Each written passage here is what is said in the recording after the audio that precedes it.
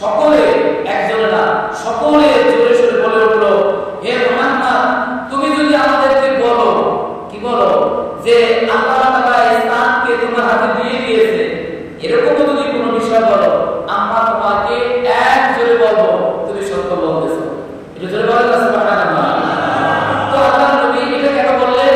বলতেছে যে আমার ছোটবেলা থেকে এই 40 বছর বয়স পর্যন্ত তোমাকে আমরা জানি, তোমার চরিত্রের ভিতরে কোনো মিথ্যা নাই, তোমার কোনো খেয়াল নাই, আমাদের কোনো ত্রুটি তুমি করো না, তুমি যদি কোনো কথা বলো আমরা মেনে নিব। এখন মন হয়েছে না? এখন কথা বলার পজিশন হয়েছে কিনা বলেন? আল্লাহ বলতেছে, হে আমার বংশীয় চাচারা, বাবারা, আপনারা শুনেন, এই যে আমি সাফা পাহাড়ে দাঁড়িয়ে আছি, এই পাহাড়ের পাদদেশ থেকে, পাহাড়ের ওই পাশ থেকে যদি কোনো শত্রু বাহিনীর কথা আমি আপনাদেরকে বলি, আপনারা কি আমার কথাগুলো বিশ্বাস করবেন? সকলে একই কথা, হে মুহাম্মদ তুমি যা বলবে আমরা তা বিশ্বাস করব। কিন্তু জোরে বলেন না সুবহানাল্লাহ। এখন আল্লাহ নবী যখন এই উপস্থাপনা পেলেন যে শ্রোতাদের মন আছে আমার কথা শুনবে, বিশ্বাস, ভক্তি, আস্থা আছে, এখন বলা শুরু করলেন যে দেখে আমাদেরকে আল্লাহ পাক এই দুনিয়ার বুকে পাঠাইছেন, আমরা দুনিয়াতে চিরস্থায়ীভাবে থাকতে পারবো না, না থাকলে এই দুনিয়া থেকে আমরা যে কর্মকাণ্ডগুলো করি হয় ভালো অথবা মন্দ, যদি কেউ ভালো করে আল্লাহ তাকে জান্নাত দিবে, যদি কেউ মন্দ কিছু করে তার জন্য জাহান্নামের শাস্তি আল্লাহ তাআলা দিবে। এই কথাগুলো যখন বললেন আল্লাহ নবী সাল্লাল্লাহু আলাইহি সাল্লাম প্রথম ধাপে বলার পরে সকলে চুপচাপ, কেউ কোনো কথা বলতেছে না, যে সকলের ভিতরে একটা হট্টগোল, কি রে মুহাম্মাদের উপরে কোনো কিছু হইল কিনা, মুহাম্মদ আজকে নতুন কি কথা বলতেছে, কি মুহাম্মদ আজকে নতুন কি কথা বলতেছে, এই 40 বছর জীবনে সে কিছুই বলে নাই। যখন এই কথা বলল যে আমাদের নেক বদি যেটা ভালো মন্দর হিসাব আল্লাহর কাছে দিলে পয়সা আমাদের জান্নাত জাহান্নামে যেতে হবে, সকলে চুপচাপ। এরপরে বলতেছে কথা এখানে, এরপরে বলতেছে আল্লাহ পাক যিনি ব্যতীত আর কোনো ইলাহ নাই, কি যিনি ব্যতীত আর কোনো ইলাহ নাই, এই কথা যখন বলছে এখন সকলের গার পশম দাঁড়িয়ে গেছে, সকলের গার পশম দাঁড়িয়ে গেছে। মুহাম্মদ কি বলতেছে? এতদিন আমরা বহুরূপী ভূতদের পূজা করেছি, আর উর্দুতে ভূত বলে, বাংলা আমরা তাদের মূর্তি বলি, এই ভূতদের তোমরা ভূতদের পূজা করেছি আমরা সারা জীবন, ঠিক আছে, লাখ না বিভিন্ন মূর্তি প্রায় 360 বা তার অধিক মূর্তির পূজা করেছি, আর আজকে মুহাম্মদ বলতেছে লা ইলাহা ইল্লাল্লাহ, যে একমাত্র আল্লাহ ছাড়া কোনো ইলাহ নাই, তাহলে কি এমন হলো? এরপরে আল্লাহ নবী দ্বিতীয় অংশ কালিমা বলতেছে, এবং আমাকে আল্লাহ পাক রব্বুল আলামিন নবী করে পাঠিয়েছেন, তোমরা কি আমাকে নবী হিসেবে মানবে? এই কথা যখন বলছে উপস্থিতির ভিতরে সবার ভিতরে একটা বিরাজ ভাব এমন হইতেছে যে কেমন যেন তারা তাদের মাথার উপরে পাহাড় ভেঙে পড়ছে। এই স্বাভাবিক প্রথম স্টেপে ধার গেল আল্লাহ নবী দাওয়াতের এই কার্যক্রম বলে আল্লাহ নবী এই দিনে আর কিছু বললেন না। দ্বিতীয় দিনে আমার আল্লাহ নবী যখন আল্লাহর পক্ষ থেকে এই আয়াতে কারিমা আবারও নাযিল হলো যে হে নবী আপনি আপনার নিকটস্থদেরকে কালিমা তাওহীদের দাওয়াত দেন, আল্লাহ পাকের একাত্মবাদের দাওয়াত আপনি দেওয়া শুরু করে দেন। এখনো পর্যন্ত নামাজের কোনো বিধান না, অন্য কোনো বিধান না, একমাত্র কালিমার দাওয়াত। কিসের দাওয়াত বলেন? কালিমার দাওয়াত আপনি মানুষের ভিতরে ছড়িয়ে দেন। তো আল্লাহ নবী ঘরে থাকতেছেন ঠিক, কিন্তু মন তার ঠিক না, খালি মানুষের কাছে কিভাবে এই হকের বিষয়টা আল্লাহর পক্ষ থেকে যে বাণীটা কিভাবে পৌঁছাবেন, এটা হকের ভিতরে খালি একটা অস্থিরতার ভাব কাজ করতেছে।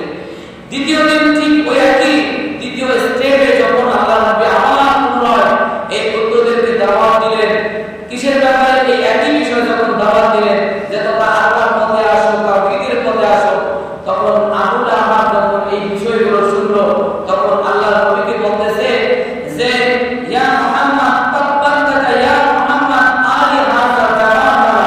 এটা জোরে বলেন না নাউযুবিল্লাহ। প্রথমটা শব্দ তাব্বাতাকা ইয়া মুহাম্মদ,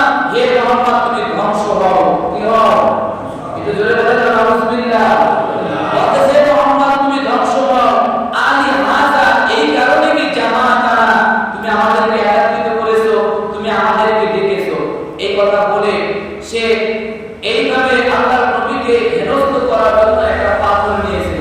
কি নিয়েছিল?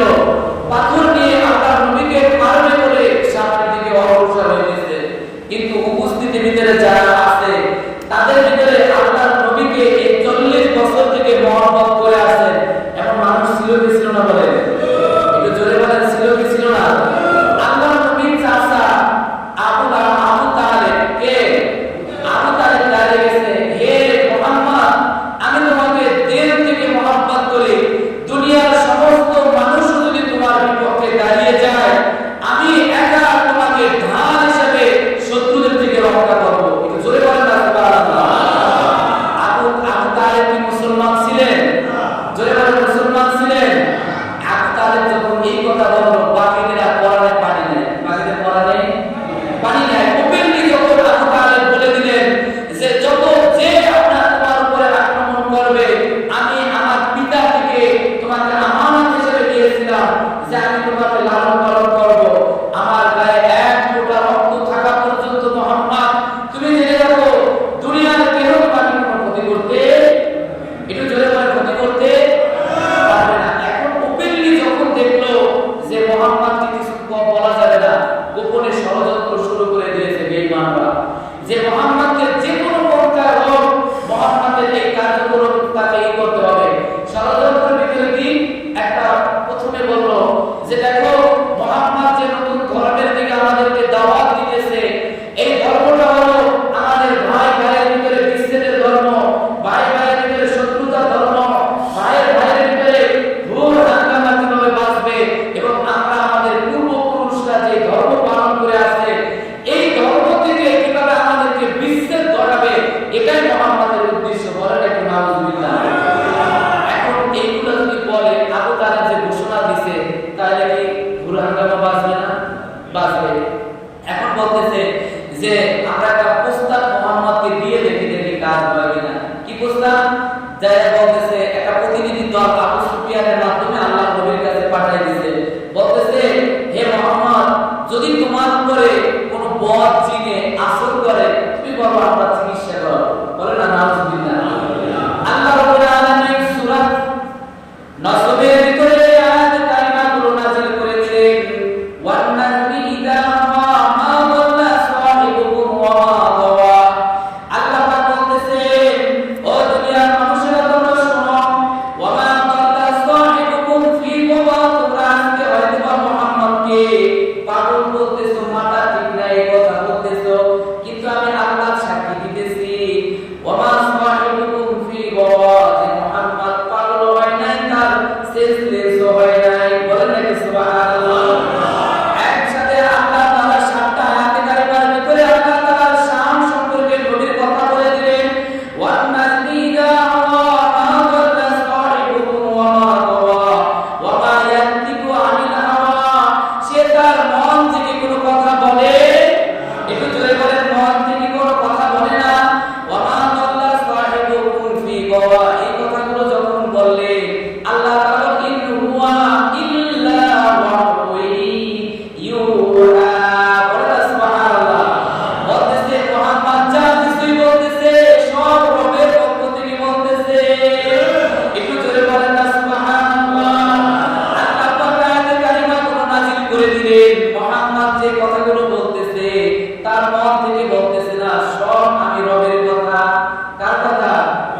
রবের কথা। এখন বলেন, যারা এই মুহাম্মাদের বিরোধিতা করেছে তাদের মাথা কি এখনো ঠিক আছে? একটু জোরে বলেন, ঠিক আছে? এখন মুহাম্মদ সাল্লাল্লাহু আলাইহি সাল্লামের কাছে এসে বলে, ও মুহাম্মদ, তুমি বলো যে তুমি যে রবের দিকে দাওয়াত দিতেছো সেই রবের পরিচয় দাও। কি দাও? একটু জোরে বলেন, রবের পরিচয় দাও। তিনি কোন বংশে, তার কোনো ছেলে সন্তান আছে কিনা, তার কোনো বংশ মর্যাদা আছে কিনা, এ ব্যাপারে তুমি বলো। আল্লাহ নবী সাল্লাল্লাহু আলাইহি সাল্লামের পরে আল্লাহ তাআলা সূরা, ছোট্ট একটা সূরা ইখলাসকে আল্লাহ নাযিল করে দিলেন। একটু জোরে বলেন না সুবহানাল্লাহ। আল্লাহ তাআলা বলতেছেন, কুল হুয়াল্লাহু আহাদ। ও নবী আপনি বলে যান যে আল্লাহ তাআলা এক। একটু জোরে বলেন না সুবহানাল্লাহ। আল্লাহ তাআলার কোনো ছেলে সন্তান নাই, তিনি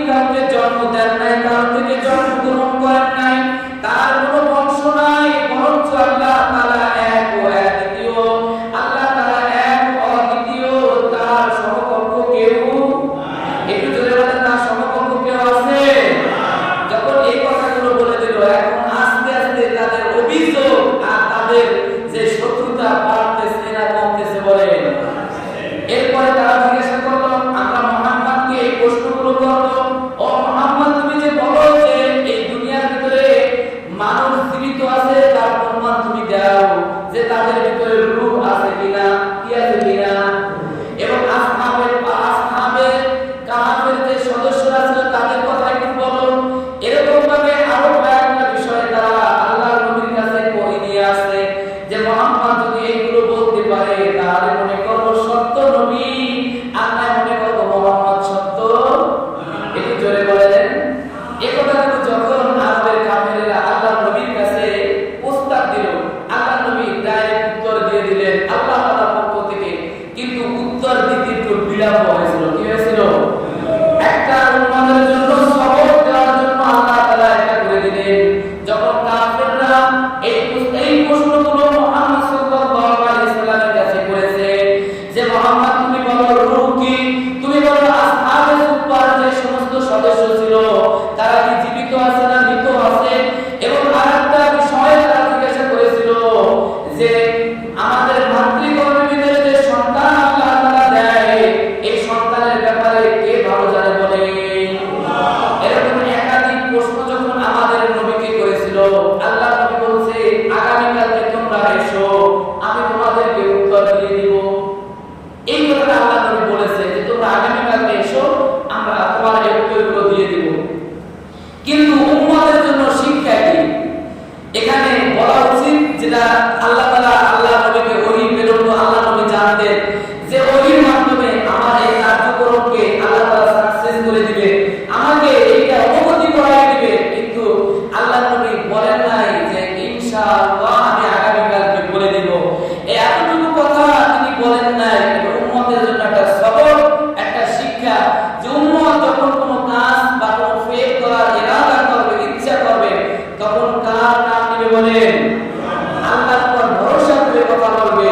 এজন্য আল্লাহ নবী বলে নাই 7 দিন ওহী বন্ধ ছিল। কয় দিন? একটু জোরে বলেন কয় দিন? 7 দিন ওহী বন্ধ ছিল। ওহী বন্ধ থাকার পরে এখন কাফেররা ভালো একটা জুত পাইছে, কি পায় নাই বলে বলতেছে মুহাম্মাদের উপরে যে ভূত চাপছিল সেই ভূত এখন মুহাম্মাদকে ছেড়ে দিয়েছেন, বলেন না নাউজুবিল্লাহ। মুহাম্মদ যে ইলার দাওয়াত দিত সেই ইলা আজকে তাকে ছেড়ে দিয়েছে, এই ধরনের মন্তব্য করা শুরু করেছে। আল্লাহ নবী বলে যে 7টা দিন আমি আসমানের দিকে তাকাইতে পারি নাই, কারণ যদি এখন আমি উত্তর না দিতে পারি নবীর কষ্ট না, এই আল্লাহ তাআলার প্রতি একটা অপবাদ বলেন, নবীর কষ্ট আল্লাহর প্রতি একটা অপবাদ না। আল্লাহ নবী কষ্টে কোথাও বের হয় না। একদিন করে ওহী 7 দিন যখন বন্ধ হলো, 7 দিন পরে ওহী নাযিল হলো যে নবী আপনি জানান দেন আর রূহুল আমিনিল্লাহ, ও দুনিয়ার মুমিনরা কাফেররা শুনো, তোমরা যে আমাকে রূহ সম্পর্কে জিজ্ঞাসা করেছিলে, এই রূহ আর রূহ মিন আমিনিল্লাহ, রূহ হলো আল্লাহ পাকের একটা হুকুম। কি বলে? রূহ আল্লাহ পাকের একটা হুকুম। দ্বিতীয় আসহাবে কাহাফ সম্পর্কে তোমরা যে প্রশ্ন করেছো, আল্লাহ তাআলা 5টা আয়াতে কারিমার ভিতরে আসহাবে কাহাফের পুরো ঘটনাটা আল্লাহ তাআলা জানিয়ে দিবেন। এটা জোরে বলেন না সুবহানাল্লাহ। আল্লাহ তাআলা সূরা কাহাফের ভিতরে কাহাফের পুরো ডিটেইলসটা আল্লাহ তাআলা দিয়ে দিয়েছে। শুধু মানুষের কথা দিয়েছে নাকি আরো কারো কথা ওখানে আছে বলেন তো? আর কারো কথা নাই? আসহাবে কাহাফের যে ঘটনা, ওখানে 7 জন বা 6 জন মানুষের কথা বলা হয়েছে। কয়জন? 7 জন বা 6 জন। আর একটা ক্লাবের কথা বলা হয়েছে। কিসের কথা? একটু জোরে বলেন না। ক্লাব আমাদের পরিভাষা বাংলা ক্লাব না, যেটা বাংলা হলো কুকুর। বাংলা তো কি কুকুর, সেখানে একটা কুকুরের কথা আছে। কিসের জন্য আছে এই কথা আজকে ডিটেইলস যাওয়া যাবে না, সংক্ষিপ্ত বলে দিলাম যে এখানে 6 জন মুমিনের কথা এবং একটা কুকুরের কথা আছে। আল্লাহ তাআলা বিস্তারিত আল্লাহ নবীকে জানালেন। এখন বলেন কাফেররা যখন এদিকেও ঠকলো, এখন কোনো উপায় তাদের আর আছে? একটু জোরে বলার উপায় আছে? এখন তারা চক্রান্ত করলো যে মুহাম্মদকে আর বাড়ি ঘরে রাখা, ষড়যন্ত্র করে আল্লাহ নবীকে তারা পাহাড়ের পাদদেশে পাঠিয়ে দিল। নির্বংশতাকে বসত বাড়ি ভিটা বাড়ি ছেড়ে যখন তারা বনি সুমামের ভিতরে পাঠিয়ে দিল, 3 বছর তাকে গৃহ ছাড়া রাখছে। বলেন না নাউজুবিল্লাহ। কয় বছর? 3 বছর। তো আল্লাহ তাআলা আমাদেরকে